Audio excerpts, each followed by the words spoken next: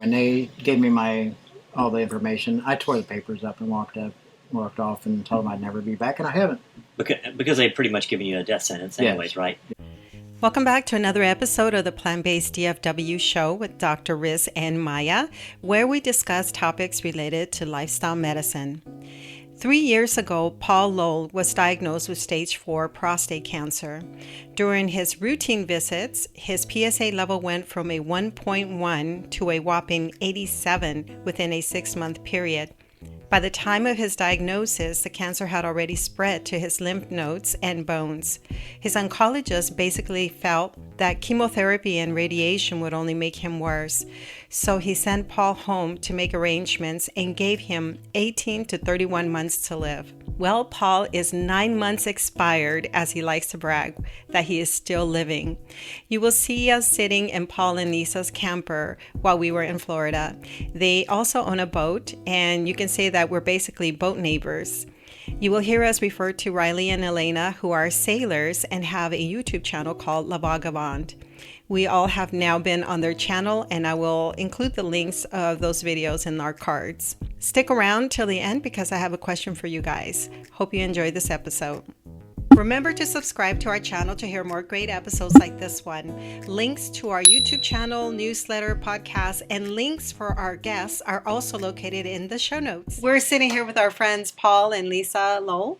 So we're coming to you from Florida. We're out visiting our boat. We've known Paul and Lisa for a couple of years now, right, guys? Mm-hmm. Yeah. And we've become quite close friends. They look after our boat, which I'm very grateful for when we're not around. As we've gotten to know them, we wanted to have Paul and Lisa on our show because Paul has a very unique story to share with us about his experience with cancer. Amongst many other things, I keep telling him he needs to write a book. And maybe one of these days when I retire to my boat, I'll help him write that book. We've already got a few chapter names. But anyway, Paul's had some experience with cancer, and we wanted to hear his story and kind of what's been going on and how he's been dealing with it. It's been about 3 years. I had a blood test done, and my PSA level was astronomical. Mm-hmm. I found out that I had prostate cancer that had metastasized into my lymph nodes and bones. And I was given a pretty sad diagnosis. They gave me 19 to 31 months. And we bypassed that. Yeah. And I'm 9 months expired. Yeah. He jokes that he's past his expiration date. I think I remember you telling me that at your previous checkup, which wasn't much before that. 6 months. Yeah, 6 months before that, your PSA was completely stone cold normal. Yeah, 1.1. 1.1. Yeah, and then 6 months later it was 87. So it just went, in 6 months, went astronomically high. Yes. And so he basically went from no indication or concern for any prostate issues to having a terribly high PSA, prostate-specific antigen test. And then they did some other studies on you to find out that it was in your lymph nodes and your bones. Yes, right? we done prostate exam, the lymph node, and bone scan. What kind of study did they do for your lymph nodes? Was it a scan or some x-rays of some sort? Biopsies. Oh, you had biopsies done. Mm-hmm. Oh, Yes. Okay. And so you actually had tissue diagnosis done where they did pathology. Yeah. And so then your bone scan was it's an X-ray. A bone scan, they actually give you something that attaches to or it looks at the bone, and it showed that. I lit up like a Christmas tree, so it was the cancer was in my bones. Mm-hmm. Okay. Yeah. And I like to say it was because I want it to be gone. Yeah. Well, I think that's the right attitude to take. Yeah. What did they say about the aggressiveness of the cancer based on the pathology and stuff like that? They just said that it was extremely aggressive. And like we had talked before, when they gave me all the information, I tore the papers up and walked off and told them I'd never be back, and I haven't. Because they've pretty much given you a death sentence anyways, Yes. right? Yeah. Did they suggest treatments? No. Really? No, they actually told me that chemo and radiation would make me sicker. So we sought natural remedies. And so they literally told you just go on your way and make arrangements because. Yeah. That's exactly what they told me was you need to start making arrangements because you don't have long. And that's exactly what we were doing. Called family and friends and I'm about to start crying about it now. Yeah. Um, Well, it's it was very, very trying. I mean, everything I've been through in my life, it was nothing compared to being told that. And you're 54 years old, right? And, which is, I mean, being a physician, and I don't particularly treat prostate cancer, but that's a pretty young age to be diagnosed with, and it's a young age to be diagnosed with an aggressive cancer. Yeah. And so for the next year, and I say the next year because then, voila, you get to meet me in 2018 and something changed. But absolutely. So for the next year, you were just doing things on your own, home remedies, and yeah, it started off alcohol. Yeah, alcohol was a very, very big. That's not a remedy. No, but, you know, absolutely not. And not even necessarily a great coping mechanism. No, right? it wasn't. But it was the way that in my lifestyle, that was the way of addressing anything. Is I get drunk and don't think about it anymore. I've never been into drugs. Alcohol was my drug of choice. Then I got turned on to tinctures, and that's there's a tincture for anxiety, and worked amazing. During the first year, you were addressing the anxiety and emotional aspects around your diagnosis. That's what you were mostly concerned about. Yeah. And you kind of went through some various things, and you found that in the end, some natural remedy tinctures is what really helped you. Yes, that's correct. And then you said, and then what? And then I met you. Okay, isn't that interesting? So yeah, and then and I think in 2018, Maya and I moved into his neighborhood. So his neighborhood meaning that we moved our boat into the marina, and these guys are so outgoing that they were just they said hello, they were willing to help, we got to know them very, very quickly and enjoyed getting to meet them. And Paul actually shared his story with me. I can't remember how it came out. I think it was on La Vagabond. We had met them, and he was telling his story on there. That's right. You didn't know it, yeah. Then you called him up like I didn't even know. And we had already known you for months at that point. And Right. you were shocked. Told me. Actually, we right. both were very touched. Yeah, Yes. because Story. he was trying not to. He didn't want to get pity from anybody, so he didn't really tell a lot of people. I think one of the things is I did know you were a doctor, and I didn't want to say anything to you because I don't like when people go up to a mechanic or a doctor and say, "Hey, guess what? How can you tell what's wrong with me?" I don't like that. So that was just a part of my life that I didn't feel that we needed to open up. Yeah. Okay. It is coming back to me. So we've known you guys for several months already, and then we both watched this YouTube channel called La Vagabond, and interestingly enough, we've both met them, and so we were watching a La Vagabond episode. I went into a Wendy's where they were, and I'm thinking, oh, that looks like Riley and Elena. Yeah, she's in Wendy's, and she texts me. She says, "I think Riley's in here." I'm like, "Yeah, okay, whatever." You must have And been it was. starstruck. Well, they actually walked out, and they had left before she came out to the truck, and she told me it was them. And I chased them down, and He's hollering out the window, out the window, and we ended up pulling over, and one thing led to another. We gave them a ride back to where they had their tender at the city marina, and they invited us to come out to the boat.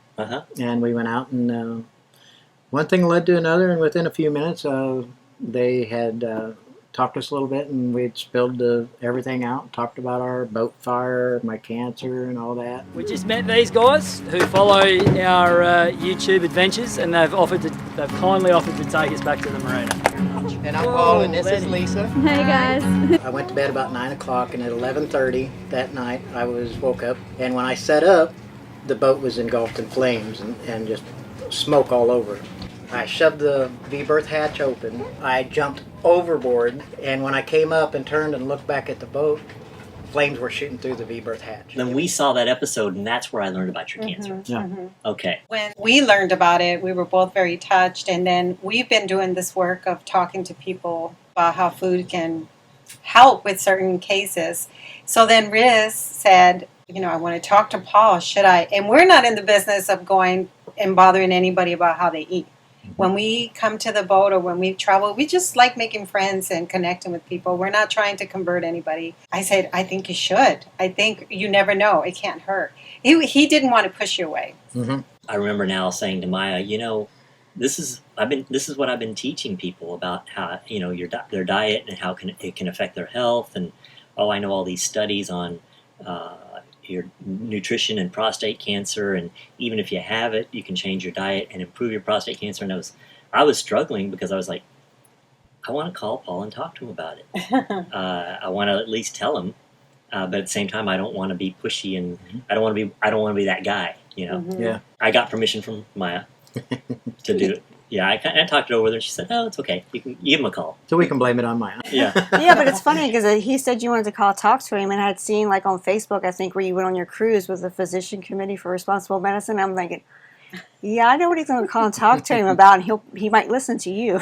Yeah. And now, okay, so before we get into that, why were you excited about that? Because I would like for him to have done that from the beginning, but I knew he wouldn't listen to it for me necessarily. Family, right? Right. We talk about that all the time. Our families don't listen to us, but somebody else says it, and also because you had previously had vegetarian and vegan leanings, right? Right. At different times in your life, Mm-hmm. and so you felt there was value in that lifestyle, and as far as nutritionally and things like that. Right. What was your time span in terms of when you kind of tried eating more vegetarian or vegan type dishes? That's before we moved down to Florida, so like maybe 2012 to 2015, something like that. That's when we had gotten serious about going to the gym. Yeah.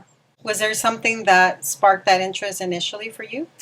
I had an aunt that passed away from stage 4 lung cancer, and just kind of got to wondering if there's a connection. Started watching documentaries about cancer, and started learning about the Gerson therapy, and then started watching stuff, like Gerson therapy. I'm very much. yeah. Did you ever watch learn about Chris beat cancer?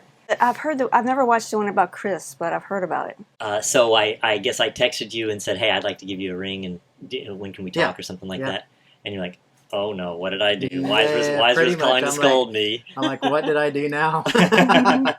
or what is Riz going to ask me to do on the boat?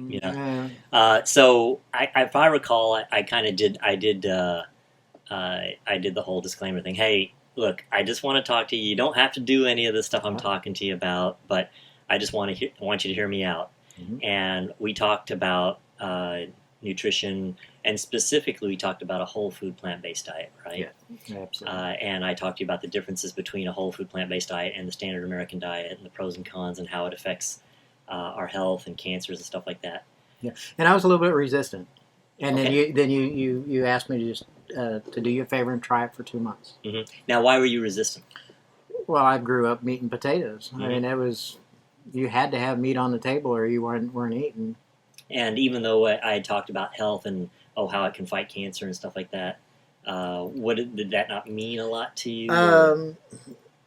At the time, it was just something to me was just like, yeah, that's what doctors are going to tell you. And it's very new information, right? Yes, very, very new. Although maybe Lisa had introduced you to some concepts. She never tried to push it on me. Mm-hmm. Some of the meals that we had, I mean, we had meat, of course, but she made threw a lot of things in there that I know we eat now. Mm-hmm. So she was probably already sneaking healthy stuff into your diet, right? She's smiling. She's sneaky like that. So I told you, just try it, right? What have you got to lose? Do it for a month or two, and if you don't like it, you can always go back to the way you're eating. Yeah. And that kind of got to you? Yeah, I'm like, well, why not? It's like, I can always cook another steak here in a couple months. Yeah. And I've really not had the desire. Awesome. And of course, we should tell the audience that I was on speakerphone apparently during this conversation, so Lisa heard everything that I was saying. So it's not like I had to that he had to go and repeat it all back to her. Well, and I don't hear well, so I don't put a phone on my face. Uh-huh. So it's usually a speakerphone when you talk to me. So put that in your notes. If you forget something, did Paul hear me or not? Yeah. And so this is where the story gets even more interesting as far as I'm concerned. So it's been over a year now. Yeah. Right? I'd like to say, just being around these guys, they took to this very well. I guess Lisa apparently, from what Paul tells me, does her research. She reads a lot. She watches documentaries. She looks at the recipes, and I've been following their food because they post their pictures on Instagram, and I get jealous at what I see. So they've really taken to this lifestyle of healthy eating and healthy nutrition. So Lisa, tell us, has it been hard? Was it a big transition for you? What's the cooking like? No, because I mean, today there's so many resources out there. There's so many different vegan blogs, and pages on Facebook. It's so easy to find recipes. And it's like anything you think that you used to eat as a meat eater, just look up vegan, put the word vegan in front of it, and something comes up on Google. Paula, are you unhappy with how your food tastes? No. Well, considering he cooked some of it. Yeah. We're in your camper home, and you made us a delicious Stroganoff. with this delicious salad and dressing. And you were telling us the dressing you found where? I looked it up on the internet, and it was Jane Esselstyn's recipe. Yeah, it's amazing. Yeah. And three ingredients. Simple, but really good. So before we came over, we did manage, because you invited us over for dinner, and so I said, let's just go to Lisa's account because Lisa has all these wonderful recipes. So we're like, it's like a menu. What do we want from her menu? Yeah, we did get to pick our dinner tonight. Yeah. If you're not here in your camper, you're in your sailboat. Yes. So in a tiny space. Tiny space, limited pantry space, small kitchen or galley. So you've been able to figure it out. Do you guys feel that cooking this style of food is difficult? No, absolutely not. Okay. It's easier than prepping meat. Yeah. It really is. And then you don't have to worry about the cross-contamination. That's a big plus. We know that you guys have adopted this lifestyle wholeheartedly, and one thing that's telling to me is you've exceeded your expiration date. Okay. And then, maybe talk about that a little bit, and then how you feel. Do you feel like there's been a change in your health? Are you... And a lot of times people don't necessarily, they think things are going to just be, I'm going to be sick one day and I'm going to be Superman the next. But has there been some changes? Are you sleeping any better, less pain, any things like that? I do sleep a little better. I wish I could say the pain's gone. It's not. It's more bearable. Yeah, I would say it's more bearable. Mm-hmm. My energy levels are better. I think I remember you telling me you used to always have to take a nap every day. Oh, yes. Yeah. And now 2 or 3 naps a day. And now you don't necessarily have to. No, unless Buddy wants me to. That's a cuddling thing. Yeah. Buddy is your Fur baby. Yeah. Your fur baby. It used to be Buddy was their boat dog, but now that they live in a camper, he's their camper dog. Yeah. It depends. They also live on their boat, so it depends on. Yeah. But I take that to mean that you don't necessarily have to rest as much. You have more energy from that standpoint. Yeah. The energy is better. Like I say, the pain's more bearable, but not gone. Mm-hmm. Hopefully one of these days. Yeah. Well, it took years for this to, come on, and we've got to hope and pray that you're creating the right environment, as I say, the right environment in your body to fight cancer, and hopefully you're reversing that process, that you're making that cancer get smaller and smaller, and absolutely your body's winning that battle. That's the attitude you want to take, right? Oh, absolutely. Yeah. I feel that proper nutrition and a proper state of mind works miracles. Yeah. So that goes into Maya and I talk about lifestyle medicine as well, which is we talk a lot about nutrition, and we've talked a lot about that with you guys. But there's other aspects to lifestyle that are important, such as getting a proper amount of restorative sleep, and then having the right relationships, and creating the right attitude, and that's very important. Yeah, I tend to agree with that. If it wasn't for Lisa, I wouldn't be alive today. I would have gave up. Mm-hmm. She never lets me give up on anything. She's a very supportive person. It's good to have when you're doing something like this. It's good to have that support, right? It's Yes. hard to do it alone. Yeah. certain foods kind of cause us to feel depressed or things like that. At least I don't know if there's any actual research, but do you feel a better sense of wellness overall? I don't want to say you've ever said you suffer from depression, but do you just feel a better sense? I was depressed all the time. The anxiety and depression was so bad at the beginning. But yeah, I think I'm happier. Yeah, I think so. You seem so positive to us. That's why I'm asking. I don't know. Well, I have to be. She makes me. And I guess the doctor can you can say more, but you didn't go back to get tested again. No. So today you're just kind of feeling more optimistic about your state of health. Yes, I am. It's like we had talked about. I really don't want to know. I mean, it might be a better, but then it might be worse. So, in the state of mind I'm in right now, I love life right now. Mm-hmm. And if I got bad news, it would shatter it. We did have a talk about that, and it's like, Mhm. well, going back and getting tested and trying to find out where things are, is that really going to change anything you do? Nothing at all. If it was worse, it probably would. Yeah, so bad news would change things in a negative way. Good news wouldn't necessarily change anything you do. No. So why bother, right? Yeah. And so I'd say you're already optimizing your health to the best of your ability. Does it feel empowering in some respects that you are?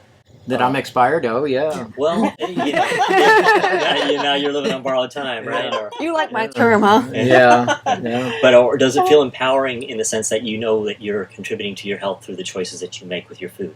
Yes, it is. It does, because I never really thought that I had much of a choice what to eat, because it was always what's on the table is what you eat. You know, I mean, and that's growing up, and we had this discussion as well. You know, and it's like all of America runs to McDonald's or Hardee's or whatever and eating fast food. Now we don't. I'm not following the herd. Yeah, I might comment that we took Paul and Lisa to dinner at a Thai restaurant the other day, and of course we had vegan, plant-based meals, but it was probably the first time they've eaten out in months. So they do cook at home and make good, healthy meals at home all the time. So as opposed to going to the fast food plate counter all the time, right? Yes, and then that is another empowering thing right there. It's like we make meals at home that we don't feel we need to go out. Most of the time, the meals that we make here at home, if we went to a restaurant and tried the same meal, we wouldn't like it. Mm-hmm. Because it's like our meal. What about, is it cost effective to make your own meals at home? This is your question. Yeah, even buying like a lot of organic stuff, yeah, you're still cheaper than going to restaurants. I think people a lot of times will use that excuse that it's more expensive to eat healthy. Well, I guess it depends. If you're ordering off the dollar menu at Wendy's or something, it may not be. But if you try to eat healthy while you're out, then go to restaurants that serve good food. Yeah, I think that and a lot of people don't realize that rice and beans are pretty darn cheap. And, Oh, yeah. That can be the basis for a lot of your meals. And there's so many things you can do with rice and beans. Like we had corn in with it also. Just changes it completely. Yeah.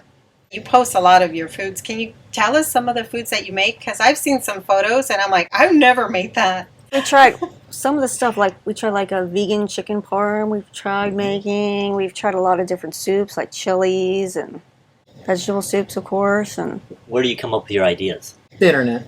So you just start looking on the internet and find something to say, okay, I want to do that tonight? yeah, like I bought some different kind of mushrooms and was like, oh, I wonder what you can do with those, and just sort of Google the mushroom recipes. And We rarely make a recipe and follow the directions. exactly. It seems like the times that we have, it's okay. But oh my God, I am so in love with oregano and Italian seasoning and garlic. Oh, it's just mind-boggling how much better you can make food with just a couple of extra additives. Not to mention how healthy spices are for Oh, your absolutely. body. Yeah. There's a difference when you've been experienced in the kitchen, eating how you were eating, cooking steak or whatever. And then, so if you had that background, then you can kind of transition some of your skills to plant-based cooking, I think. But if you've never Partially. been in the kitchen and you've relied on frozen meals, that's tough. Because it's like, how do you cook a potato? Like, for how long? How tender is it supposed to be or not? So there's some things that are a little tricky. A lot of these meals, it's like the mushroom stroganoff. That was like 20, 25 minutes. Yeah, he made it right here in front of us. I was pretty impressed. So a little funny story is about a year ago. I think Paul posted a picture of some food on IG, and I made a comment and I don't know, I think the way he phrased something in his comment, it made me think that Lisa cooked it. And I said, tell Lisa that looks wonderful. And his comment was, I cook that. And I think he said it in a way that I cook around here. Or I cook the meals around here. And so from that point on, I thought Paul did all the cooking. Up until maybe just, 3 weeks ago, Yeah. I guess I saw another meal that was cooked, and then that's when you told me that you both do the cooking. Oh, yes. Yeah, because I think I was telling Maya the whole time that you do all the cooking. Yeah. So There for a while I did. you were getting all this false credit. Yeah. Now, when it comes to making like stews and like the Irish soup and stuff like that, I usually made that. The cabbage soup. So you each have your specialties. Yeah, I think we're both pretty good at everything. I think we're a good match. Yeah. Yeah. So how do you decide who's cooking? I'm lazy and she cooks. Are you guys planning on having a cookbook anytime soon? You've already got wonderful pictures to go with it. It could be titled like the Campers or Sailors Plant-Based Book Recipe. No book. pressure. This is just going to go on air. So yeah. Yeah. Well, like you said, it's the way we just cook and just throw things in. We'd have to like measure and Yeah. When Riz is ready to publish that book, we might write it. Hey, you did So that. we have 2 books to work on. Yeah. Paul's biography, autobiography, and the cookbook. Yeah. Last time we were visiting, which was like in February, you told us about Lainey and how you kind of converted her. And then this time, I had just arrived to the marina when you both were there, and you kind of started talking about foods. And this is amazing, Paul, that you really have now helped somebody else. You want to tell us about her? So it's not only Lainey, but it's Lainey and her husband. Lainey right? and her husband both. Yes. Lainey has asthma problems and allergy problems, and she was pretty lethargic on a lot of things. She was just tired all the time. And she is one that when she went into the plant-based diet, of course, we helped them a lot on recipes and advice on how to do a few things. You could tell on this girl right away that her energy levels were really climbing a lot. And she got to where she was working out in the gym all the time, and she's done really, really well. Lainey is kind of like our adopted daughter. she calls you Poppy. She calls me Poppy. Oh. Buddy and I, we see her every day. Buddy pretty makes much. sure of it. Yeah, if we don't see her, we're text messaging her. That's been an empowering thing. Yeah, isn't it nice to have a Helping positive somebody else. impact on somebody's life? Yes, Yep. yes. How open was she? And I don't remember the conversation. I how think that she happened. watched. I think they watched The Game Changer. Yeah, we that really mentioned the make- game changer to them because they were big time junk food meat eaters. You know, I mean, it's like but they work so much they don't have a lot of time, and you know, I think they were not putting words in their mouth, but I think they were under the impression that eating healthy takes too much time. And then I got to talking to them. I had them try tasting some of the food that I made. Did you use that, hey, just try it for a month or 2, you can always go back excuse on Well, it? I might have. Did you give me credit for that one? Well, your name, both of you guys' In names vain, came up or- really, really fast. You know, because I mean, I used the fact that you're a doctor, and I'm like, you know, he's not going to steer you wrong. He's helped us. You have, and I just put all that in together and sticking a spoon in their mouth, and they taste it and they're like, oh my God, there's no meat in this. Nope. And pretty much from there, both of them went really hog wild with it, and they've done great. Well, you know, you said something to me or just now you said they felt like eating healthy took too much time. Yeah. And I think that's an interesting thing that we've gotten to in our society, that we'll forego eating healthy because we don't have time. So we'll give up our health. Maybe people don't put 2 and 2 together, but by eating fast food and processed foods and a diet high in animal foods, and we're taking years off our lives. So we end up with less time at the end of our lives, and we're less healthy for it. So we're spending the last decade or 15 years of our lives dying rather than living. And I've always said it's not easy.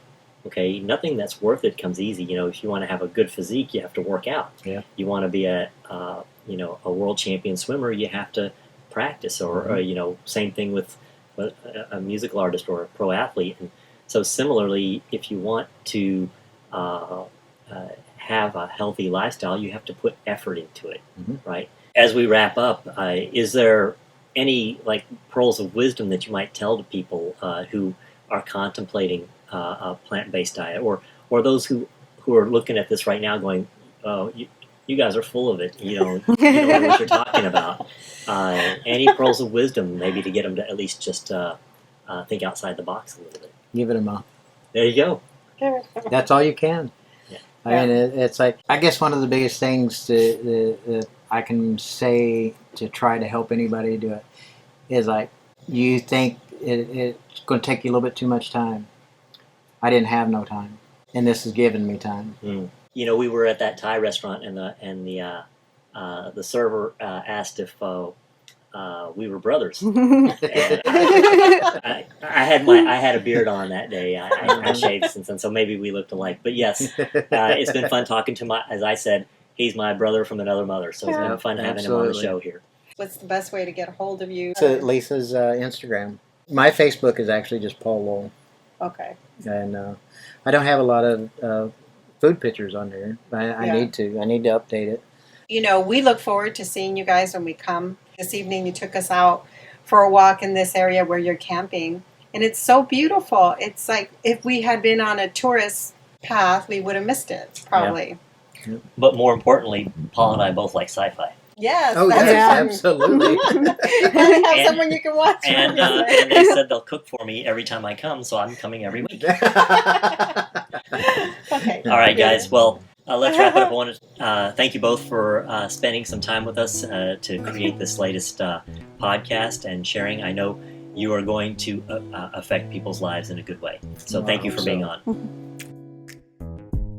Because the diagnosis was already devastating and hard enough to cope with, Paul has decided to no longer return for additional tests. He has chosen to use plant-based nutrition and natural remedies to strengthen his immune system and hopefully help his body fight cancer.